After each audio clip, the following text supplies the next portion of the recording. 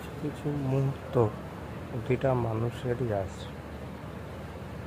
আমি একটা ইউটিউবে ভিডিও ছেড়েছিলাম, এটাই ছাড়ার একটাই অর্থ, আমি এই সেলাই মেশিন দর্জি কাজ করি। কি হলো, এমন অবস্থা, আমার একটা প্রতিটা মানুষেরই ইচ্ছা হয় যে সে বড় হয়ে কী করবে।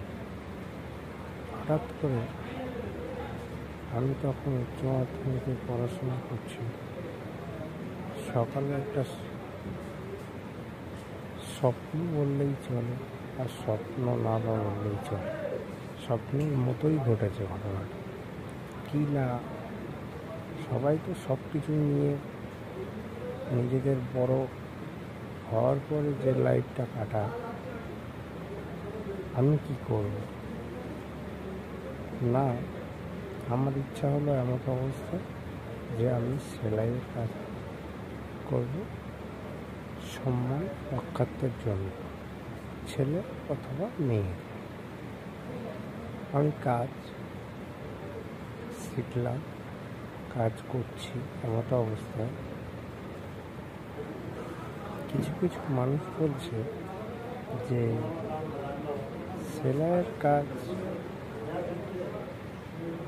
তুমি শিখে কী করবে।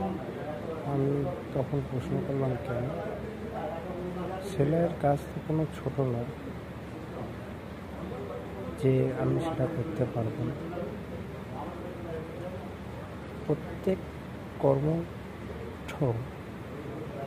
ছেলে অথবা মেয়েদেরকে আমি একটা কথা বলতে চাই, আমি যে ভিডিওগুলো তৈরি করছি এটা দেখানোর জন্য নয় বা লাইক কমেন্টের জন্য নয়।